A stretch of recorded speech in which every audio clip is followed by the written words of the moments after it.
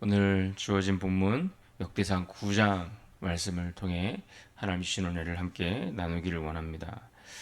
지난 시간 다루었던 8장에서는 그 앞서 7장에서 한번 다루었던 베냐민 지파의 족보, 그 짧게 다루었던 베냐민 지파의 족보를 8장에서 8장 전체를 할애하면서 기록해 주었고, 이스라엘의 귀한 공동체 속에서 이 베냐민 지파가 어떤 위치와 역할들을 감당했는가 하는 것을 우리에게 알려주고 또 살펴볼 수 있게 해주었습니다. 게다가 실패하고 무너졌던 왕 사울의 계보를 다시 기록해 주면서 실패한 인생에 다시 기회와 회복의 길을 열어주시는 하나님의 마음과 또 하나님의 그러한 모습들을 우리가 생각해 볼 수 있었습니다. 이제 오늘 우리가 함께 살펴볼 역대상 9장으로 넘어오면 이 족보들의 흐름이 귀한 시대 이후로 맞춰져 있습니다. 즉 바벨론에서 포로로 돌아온 이들의 명단, 포로에서 다시 고국으로 고향 땅으로 돌아와서 정착하고 회복해 가는 그러한 모습들로 이 족보의 이야기가 흘러가고 연결되고 있습니다. 그런데 그 과정을 보시면 그 핵심은 예루살렘에 다시 정착한 사람들. 이 예루살렘에 과연 누가 들어와서 그 황폐화된 그 다 무너져 버린 그 도성에 과연 누가 들어와서 정착하기 위해 거주하게 되었는가 하는 그들의 명단이 담겨져 있습니다. 그런데 이들은 어떤 자들이라고 말씀하고 있습니까? 하나님의 집, 곧 성전의 사명을 감당한 자들이다라고 그렇게 설명해 주고 있습니다. 전체 구조를 먼저 우리가 살펴보면 1절부터 9절까지 포로 귀환 이후 예루살렘에 거주한 자들의 명단이 소개되고 있습니다.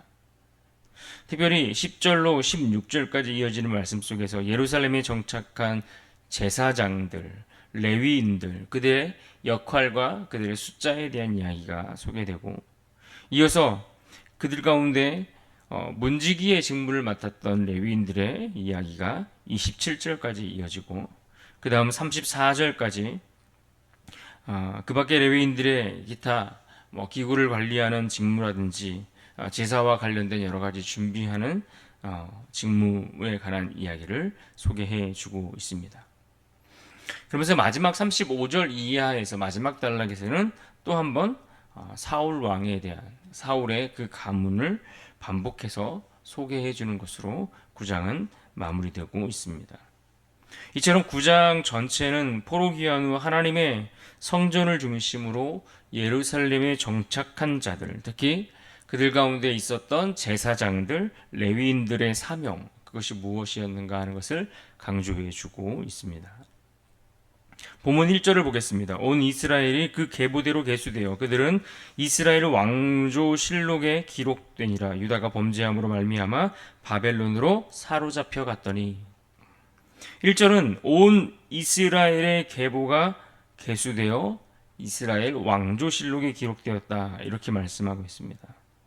근데 여기서 말하는 왕조실록이라는 것은 성경의 열왕기서를 이야기하는 것은 아니고 당시 궁전에서 기록했던 어떤 기록물들 그런 것들을 의미한다고 볼 수 있습니다.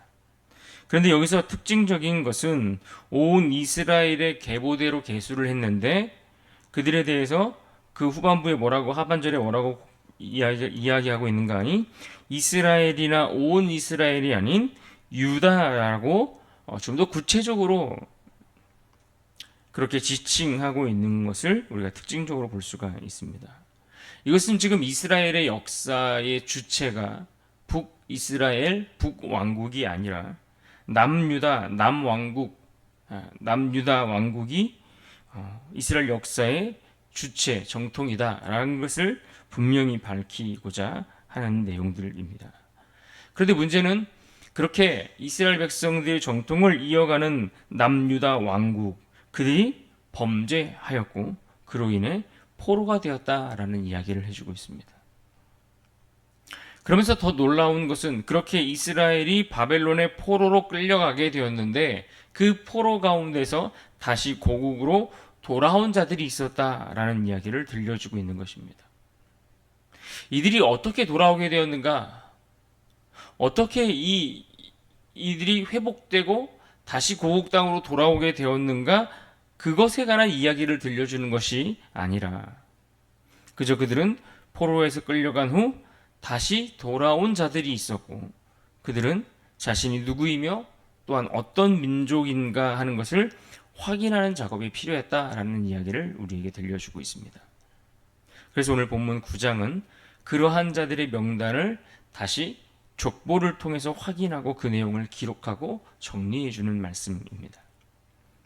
히브리어로 계수하다라는 이 단어를 보시면 단순히 숫자를 세는 그런 의미를 넘어서는 뜻을 가지고 있습니다. 그 뜻은 무엇입니까? 임무를 위해서 소집되고 임명되는 것.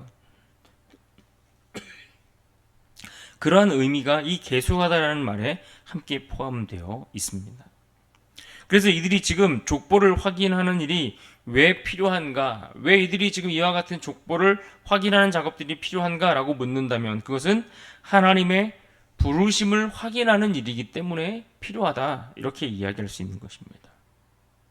왜냐하면 하나님은 자기 백성들을 잊지 않고 다시 부르시기 때문에 그 부르신 그 명단, 그 족보를 통해서 내가 어디에 속해 있는가를 확인하는 겁니다.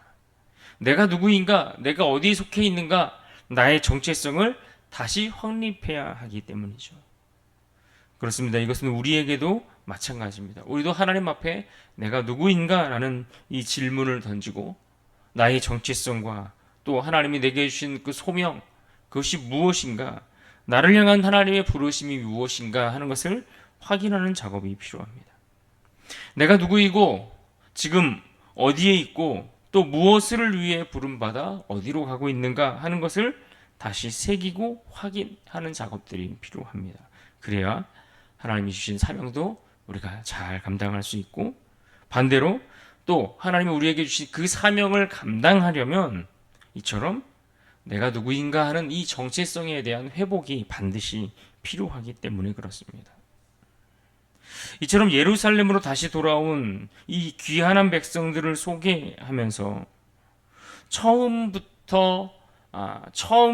그 예루살렘 땅에 들어와 거주하기 시작한 이들이 누구인가 하는 것을 말해주고 있는데 2절을 보십시오.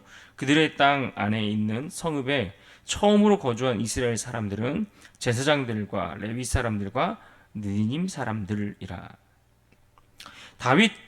다시 회복을 위해 예루살렘에 가장 먼저 들어와서 거주하기 시작한 이들이 제사장과 레위 사람들이었다라고 이야기해주고 있습니다. 그러면 제사장과 레위 사람들은 어떤 사람들입니까? 이들은 성전에서 하나님의 전을 섬기며 그 직무를 맡아서 감당하는 이들, 그들이 제사장과 레위인들 아닙니까? 그래서 13절에 보면 이렇게 말씀하고 있습니다. 13절 보십시오. 또 그의 형제들이니 종족의 가문의 우두머리라 하나님의 성전의 임무를 수행할 힘 있는 자는 모두 1760명이더라. 성경은 이들을 지금 하나님의 성전의 임무를 수행할 힘 있는 자라고 그렇게 소개하고 있습니다.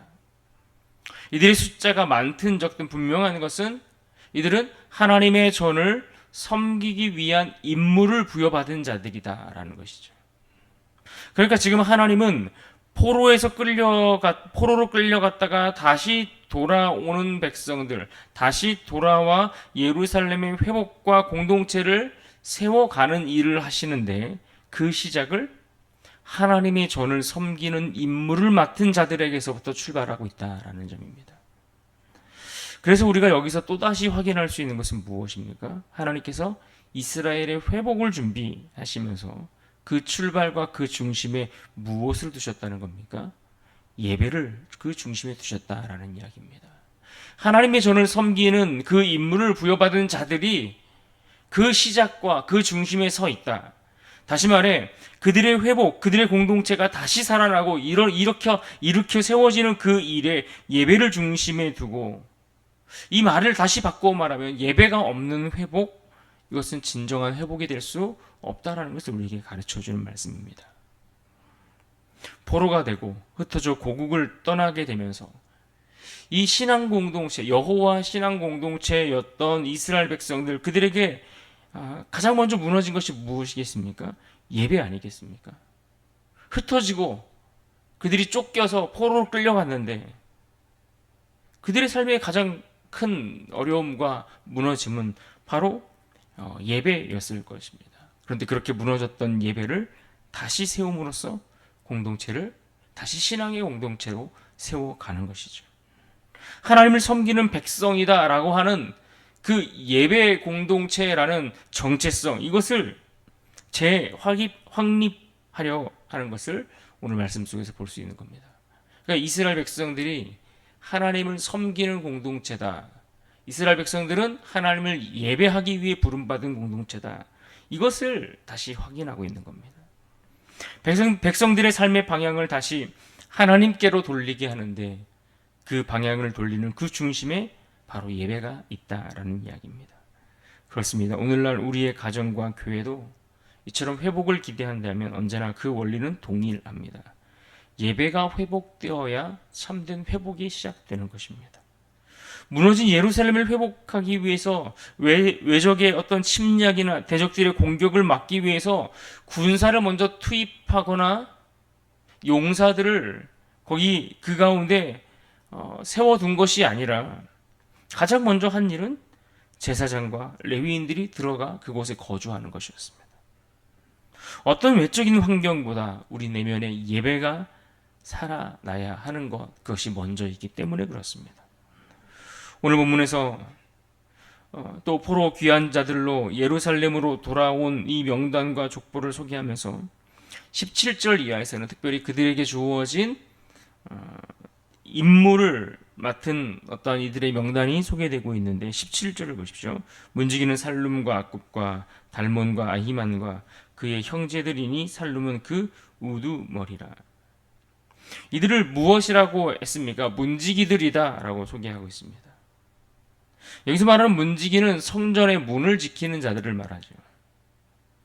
그러니까 성전의 문을 지키는 직무를 맡은 자들, 이들의 명단을 특별히 떼어서 설명하고 있는 겁니다. 성전의 문을 지킨다는 것은 단지 문을 열고 닫는 역할을 하는 그런 임무가 주어진 것이 아니라 이 문을 지키면서 세상에 순결하지 못한 더러운 것들이 성전으로 들어오지 못하도록, 다시 말해 거룩함을 유지하고 질서를 지키는 역할을 감당했던 이들, 그들이 바로 이 성전에서 문지기 역할을 맡은 자들입니다. 그래서 일반적으로 볼 때 이들은 그저 허드렛 일을 하는 그러한 역할을 맡은 이들 정도로 우리에게 보일 수 있지만, 그러나 하나님은 그 일을 이 레위 지파의 중요한 역할로 그들을 그 일을 맡은 직분자로 세우셨다라는 점에 주목해 보셔야 합니다. 하루 24시간을 교대로 섬기면서 하나님의 임재가 있는 그 성전에 출입하는 모든 것들을 지켰던 것입니다. 그러니까 그들은 어쩌면 보이지 않는 자리에서 공동체 전체를 위한 희생과 충성 그리고 헌신의 역할을 감당해야 했던 자들인 것입니다. 오늘날 교회에서 생각을 해보면 교회도 여기저기 숨은 곳에서 섬기시는 분들이 참 많이 있습니다. 숨은 사역자들, 숨은 일꾼들, 드러나지 않고 작은 일에 언제나 충성하는 하나님의 사람들이 있죠. 그런데 그와 같이 작은 일에 숨은 곳에서 하나님이 주신 사명을 감당하기 위해 애쓰는 하나님의 사람들을 하나님은 이처럼 기억하시고 그들의 헌신을 예배의 터전으로 삼고 계신다라는 것을 우리는 주목해 봐야 합니다.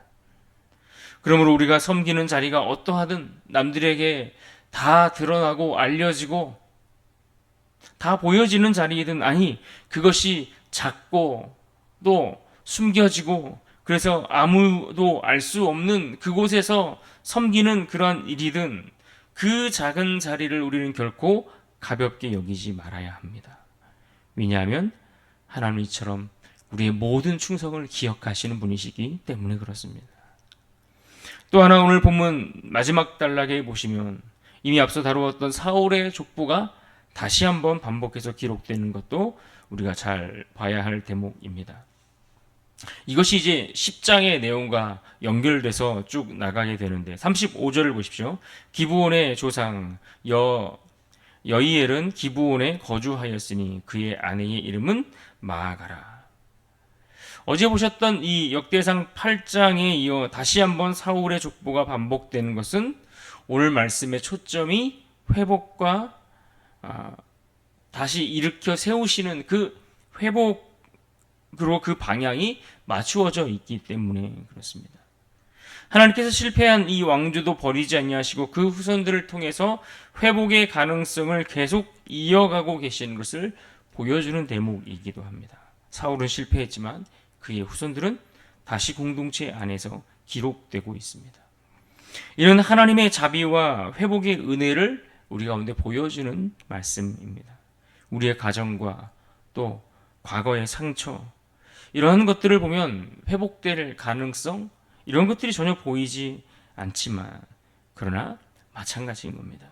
하나님은 다시 시작하게 하시는 분이시고, 그래서 그리스도인들의 실패는 결국 끝이 아니라 오히려 회복의 기회가 될 수 있다는 것을 오늘 말씀 속에서 우리는 다시 한번 확인해 볼 수 있습니다. 그렇습니다. 하나님은 실패한 이름도 다시 일으켜 세우십니다. 하나님께 돌아오는 자는 다시 쓰임 받을 수 있다라는 것이죠. 그런 의미에서 오늘 본문 가운데 13절의 말씀을 우리가 다시 읽고 기억하며 이 말씀으로 인해 오늘도 이 하루를 승리하며 나갈 수 있기를 원합니다. 13절 같이 한번 읽겠습니다. 시작. 또 그의 형제들이니 종족의 가문의 우두머리라. 하나님의 성전의 임무를 수행할 힘 있는 자는 모두 1760명이더라. 하나님의 성전의 임무를 수행할 힘 있는 자. 하나님의 성전의 임무를 수행할 힘 있는 자를 이야기하고 있습니다. 이들은 지금 바벨론에서 돌아온 자들입니다. 그들이 바벨론에서 돌아와서 가장 먼저 해야 하는 일은 바로 성전 곁에 거하며 예배를 준비하는 일이었습니다. 우리가 이것을 기억합시다. 하나님은 그 예배를 통해 다시 공동체를 세우시고 그들의 이름을 성경에 새겨 남기신 것입니다. 지금 우리가 살아가는 이 시대도 회복이 필요한 것은 다름 아닌 예배입니다. 예배의 회복. 거기서부터 다시 출발해야 하지 않을까요? 그리고 그 예배는 말씀과 그 정체성의 회복, 그리고 충성된 섬김과 겸손한 헌신 위에 세워져야 함을 우리가 기억할 수 있기를 바랍니다. 그리하여 오늘 우리의 삶이 이와 같이 예배 가운데 말씀으로 회복되고 충성과 겸손의 삶으로 나아갈 수 있는 우리 모두가 될 수 있기를 주님의 이름으로 축복합니다.